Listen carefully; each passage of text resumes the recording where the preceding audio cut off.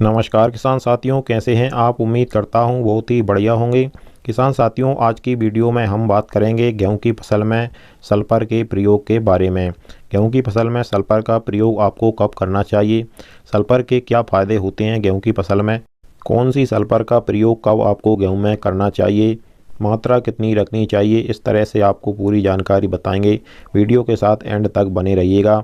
और उससे पहले हमारा आपसे निवेदन है, अगर आपने अभी तक हमारे चैनल को सब्सक्राइब नहीं किया हुआ है तो चैनल को सब्सक्राइब कर लीजिए, वीडियो को लाइक कर दीजिए और ज़्यादा से ज़्यादा हमारे सभी किसान दोस्तों के साथ इस वीडियो को शेयर भी करिएगा। सबसे पहले किसान साथियों, हम जानते हैं कि गेहूँ की फसल में सल्फर के क्या क्या फ़ायदे होते हैं। सल्फर आपकी गेहूं की फसल को किसान साथियों ठंड और गर्मी के कारण से, अधिक तापमान और अधिक ठंडी के कारण से जो आपकी गेहूं की फसल स्ट्रेस में आ जाती है, उससे बाहर निकालने में सल्फर गेहूं की फसल की बहुत ही ज़्यादा मदद करता है।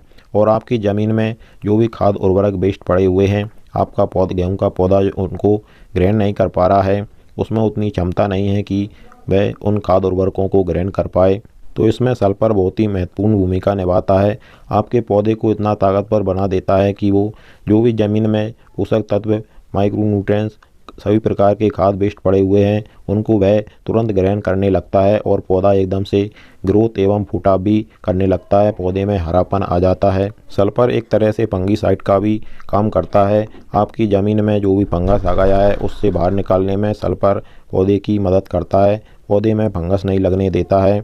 और भी किसान साथियों, सल्फर के गेहूं की फसल में बहुत सारे फायदे आपको देखने को मिलेंगे।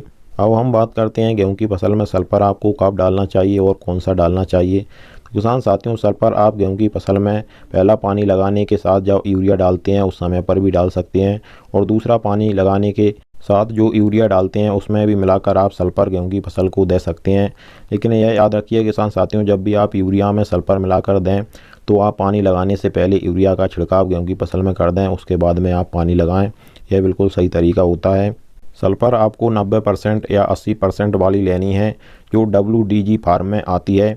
आप अगर 90% वाली सल्फर ले रहे हैं तो किसान साथियों आपको 3 kg मात्रा लेनी है 1 एकड़ खेत के लिए। और आप अगर 80% वाली WDG फॉर्म में जो सल्फर आती है वह ले रहे हैं तो आपको 4 किलोग्राम मात्रा लगेगी 1 एकड़ खेत के लिए। हमारे यहाँ पर है भूमि एग्रो या फिर भूमिका नाम से आती है, आपके यहाँ पर है किसी भी नाम से मिलती हो, आपको इससे मतलब नहीं है। आपको सिर्फ WDG फार्म में जो सल्फर आती है 90% या 80% वाली वही लेनी है। और इसको आपको पहले पानी लगाने से पहले या फिर दूसरा पानी लगाने से पहले यूरिया के साथ मिला करके अपने खेत में छिड़काव कर देना है, इसके बाद में पानी लगा देना है। इससे आपको चौका देने वाले फ़ायदे मिलेंगे। आपकी गेहूँ की फसल अगर पीली पड़ रही होगी तो उसमें हरापन आ जाएगा।